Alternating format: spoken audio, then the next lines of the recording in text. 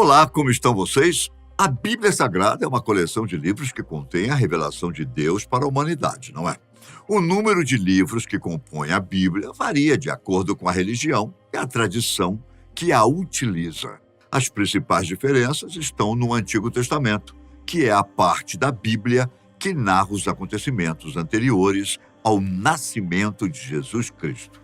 A Bíblia Católica é formada por 73 livros, sendo 46 no Antigo Testamento e 27 no Novo Testamento. A Bíblia Católica inclui os livros deuterocanônicos, que são aqueles que foram aceitos pela Igreja Católica em um período posterior, mas que não fazem parte do cânone judaico. Esses livros são Tobias, Judite, Sabedoria, Baruque, Eclesiástico, 1º e 2º Macabeus, além de alguns trechos de Esther e Daniel. A Bíblia evangélica, ou protestante, é composta por 66 livros, sendo 39 no Antigo Testamento e 27 no Novo Testamento. Ela segue o cânone judaico, que é o conjunto de livros reconhecidos pelos judeus como inspirados por Deus. Por isso, não contém os livros deuterocanônicos que estão presentes na Bíblia Católica. A Bíblia Ortodoxa é a versão usada pelas igrejas ortodoxas, que se separaram da Igreja Católica no século XI. A Bíblia Ortodoxa tem uma quantidade de livros que pode variar, dependendo da versão e da subdivisão da Igreja Ortodoxa. Em geral, ela contém os mesmos livros da Bíblia Católica, mas alguns livros chamados Anagignos Comena, que são aqueles que são lidos nas igrejas, mas não são considerados canônicos. Esses livros são 1º Esdras, 3º Macabeus, 4º Macabeus, Oração de Manassés, Salmo 151 e Salomão. Os autores dos livros bíblicos também variam conforme a religião e a tradição. Alguns livros têm seus autores identificados como os Evangelhos, as Cartas de Paulo e os Profetas. Outros livros têm seus autores desconhecidos ou atribuídos a pessoas que provavelmente não os escreveram. Por exemplo, o livro de Jó é considerado anônimo por muitos estudiosos, mas alguns judeus o atribuem a Moisés. O livro de Hebreus é atribuído a Paulo por alguns cristãos, mas outros o consideram de autoria incerta. Além disso, alguns livros podem ter sido escritos por mais de um autor ou ter sofrido alterações ao longo do tempo. Por exemplo, o livro de Isaías é dividido em 3 partes por muitos estudiosos, que acreditam que elas foram escritas por autores diferentes, em épocas diferentes. O livro de Gênesis pode ter sido compilado a partir de várias fontes orais e escritas. Mas você sabia que era para ter ainda mais livros? Não fosse a interferência e a deliberação da igreja na escolha do conteúdo do livro sagrado? Os motivos vão do óbvio ao completo mistério. E vamos tentar entender o porquê disso. Começando com o Apocalipse de Pedro. A tradição nos fez acreditar que o único livro que trata do fim do mundo é o Apocalipse de João de Patmos, o mais claramente aceito pelos cristãos. Já o Apocalipse de Pedro é um dos livros apócrifos, ou seja, que não foram reconhecidos como parte do cânone bíblico oficial. Ele é um texto do século II d.C., que relata uma visão que Pedro teve sobre o céu e o inferno, com descrições detalhadas das recompensas e dos castigos para os justos e os pecadores. O livro revela a influência da literatura judaica e helenística sobre o cristianismo primitivo, bem como as crenças e expectativas dos primeiros cristãos sobre o fim dos tempos. O Apocalipse de Pedro foi excluído da Bíblia por diversas razões, entre elas a sua origem duvidosa, a sua linguagem simples e popular, a sua doutrina heterodoxa e a sua ênfase excessiva no sofrimento dos condenados. Alguns patronos da igreja, como Clemente de Alexandria e Orígenes, chegaram a citar o livro em seus escritos, mas outros, como Eusébio de Casareia e Jerônimo, o classificaram como ilegítimo e herético. O livro também não foi aceito pela Igreja Oriental, que preferiu o Apocalipse de João como o único livro profético do Novo Testamento. A Epístola de Barnabé é um texto cristão antigo, que não faz parte do cânone bíblico, mas que revela aspectos da fé e da ética dos primeiros seguidores de Jesus.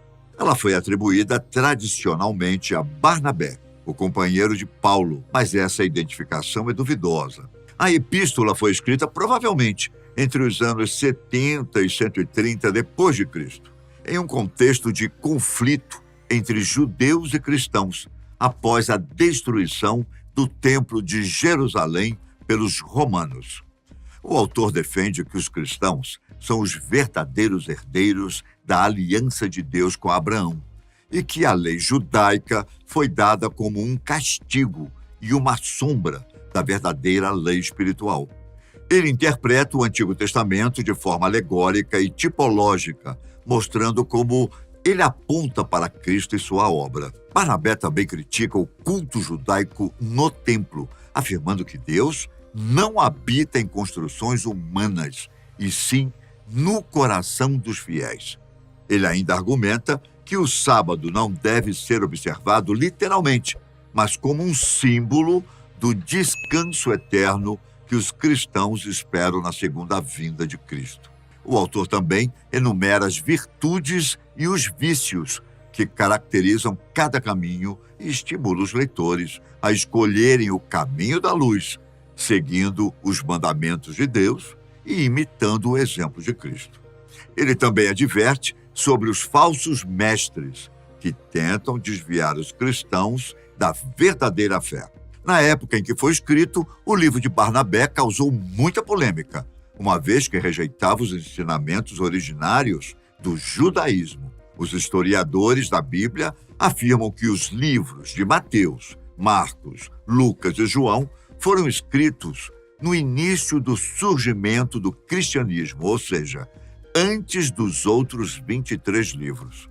No início, além dos citados, houve também a criação de outros evangelhos, que ficaram conhecidos como os evangelhos da infância, porque tratavam justamente da infância de Jesus. Um dos mais famosos foi o Evangelho da Infância de Tiago. O Evangelho de Tiago é um livro que narra a vida de Maria, mãe de Jesus, desde o seu nascimento até o nascimento do filho. Bom, para começar, Jesus teria nascido em uma caverna, não em uma manjedoura ou em uma casa, como alegam alguns evangélicos. Ele também conta com alguns episódios da infância de Jesus, como a sua fuga para o Egito e o seu encontro com os doutores da lei no templo. O livro é considerado apócrifo, mas foi muito popular entre os primeiros cristãos. Ele revela algumas crenças e tradições sobre Maria e Jesus, que não estão nos evangelhos canônicos, tais como a virgindade perpétua de Maria, a sua concepção milagrosa por seus pais, Joaquim e Ana, a sua dedicação ao templo desde criança, o seu casamento com José por escolha divina, a sua proteção por uma parteira e um anjo durante o parto, a sua adoração pelos pastores e pelos magos, a sua perseguição por Herodes e, por fim, a sua fuga para o Egito. O livro também mostra como Jesus já manifestava o seu poder e a sua sabedoria desde pequeno, realizando milagres e ensinando os doutores da lei.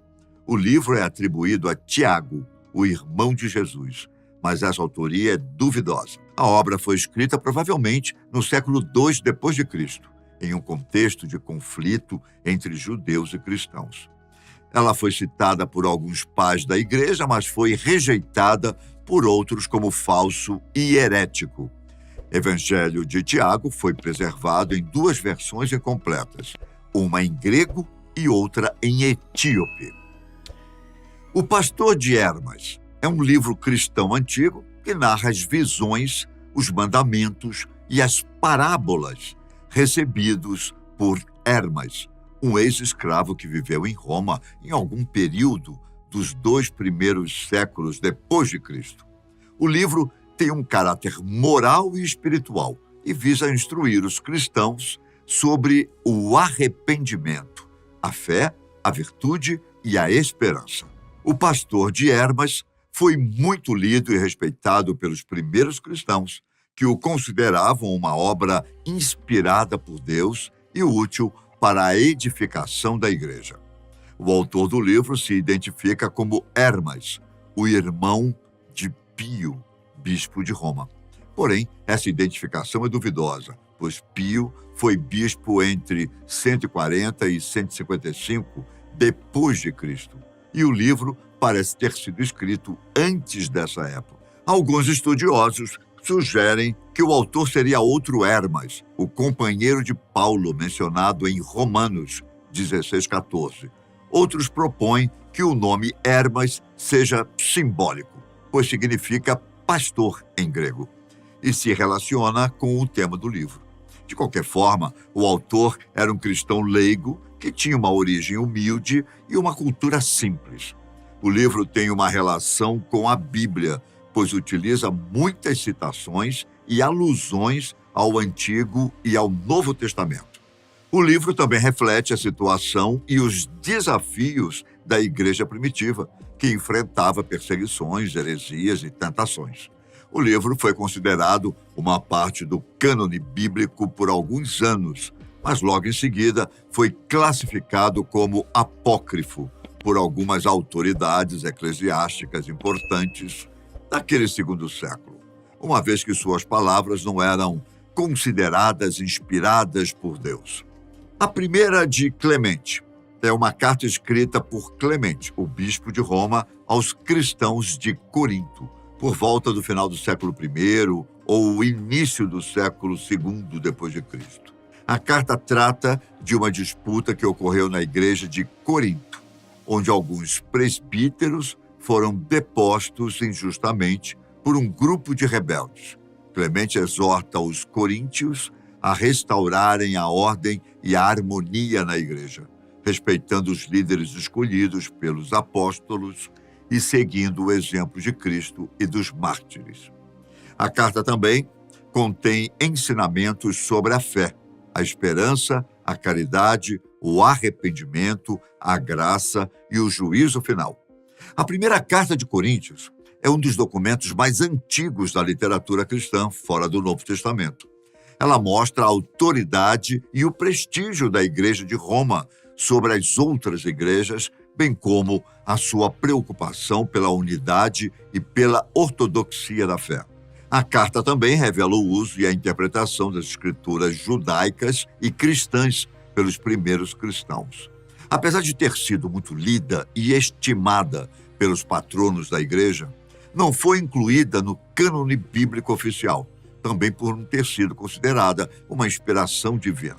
O Evangelho de Tomé é um dos textos encontrados na Biblioteca de Nag Hammadi, uma coleção de escritos gnósticos descobertos no Egito em 1945. O Evangelho de Tomé consiste em uma lista de 114 ditos atribuídos a Jesus, sem qualquer narrativa ou contexto histórico. Alguns desses ditos são semelhantes aos que aparecem nos evangelhos canônicos de Mateus, Marcos, Lucas e João, mas outros são desconhecidos ou estranhos. Alguns detalhes fizeram do Evangelho de Tomé um apócrifo, como, por exemplo, sua origem duvidosa. Ele é atribuído a Dídimo, Judas Tomé, um dos apóstolos de Jesus, mas essa autoria é questionada por muitos estudiosos. O Evangelho de Tomé foi escrito provavelmente no segundo século depois de Cristo, em um período posterior aos evangelhos canônicos. Seu autor usou uma linguagem popular, coloquial, sem qualquer estilo literário ou compatível com as demais escrituras sagradas. A doutrina heterodoxa empregada no livro pegou todo o clero de surpresa, ao afirmar que o reino de Deus está dentro de cada pessoa e não em um lugar ou tempo futuro. Ou a ideia de que Jesus é um mestre que revela o conhecimento secreto ou gnose para os seus discípulos e não o Filho de Deus que morreu e ressuscitou para a salvação da humanidade. Por fim, o Evangelho de Tomé não fala da igreja, da comunidade, da graça ou da fé como elementos essenciais para a vida cristã, mas enfatiza a busca pessoal pelo conhecimento e pela iluminação. Precisa dizer mais porque ele não foi incluído no cânon bíblico? O que você acha?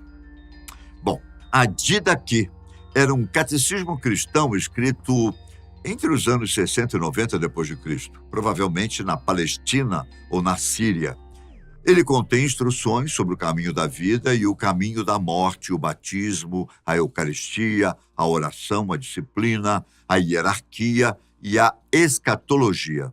Ele reflete a tradição oral dos primeiros cristãos, que se baseavam nas palavras e nos atos de Jesus e dos apóstolos.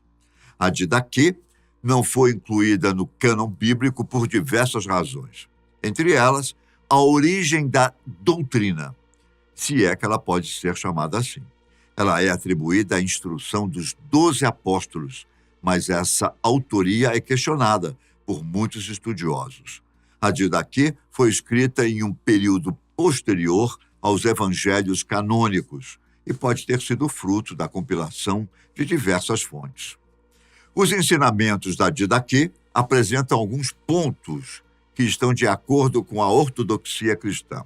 No entanto, há diversos outros que divergem ou contradizem os evangelhos canônicos ou as cartas apostólicas. Por exemplo, ela admite o batismo por infusão, que é o derramamento da água, porém defende o batismo por imersão, que foi a forma usada por João Batista para batizar Jesus.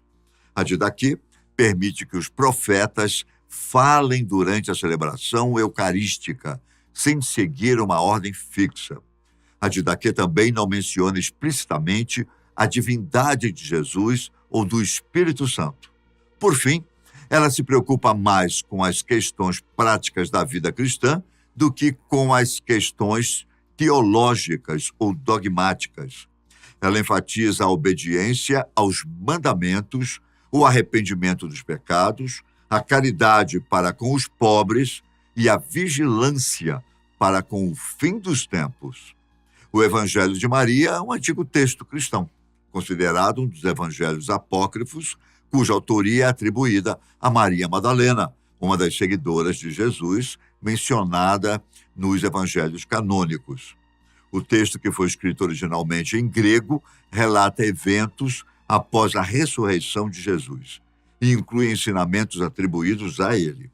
O motivo pelo qual o Evangelho de Maria não foi incluído no cânon bíblico oficial é complexo e está relacionado a várias razões históricas e teológicas. As decisões sobre quais escritos deveriam ser incluídos na Bíblia foram tomadas por concílios eclesiásticos no início do cristianismo, como o Concílio de Nicéia, em 325 d.C., e o Concílio de Cartago, em 397 d.C. Nesses concílios, os líderes da igreja determinaram quais textos eram considerados canônicos e quais não eram. O Evangelho de Maria e outros evangelhos apócrifos foram considerados menos autoritativos ou teologicamente divergentes em relação aos evangelhos canônicos, como Mateus, Marcos, Lucas e João, que foram aceitos como parte da Bíblia. Então, você já conhecia esse lado histórico da Bíblia? E o porquê de tantos documentos não foram feito parte dela? Será que fizeram? Ou fazem falta para um conhecimento, digamos, mais aprofundado sobre Jesus? O que você acha? Escreve para mim. E obrigado por assistir. Até a próxima. Tchau!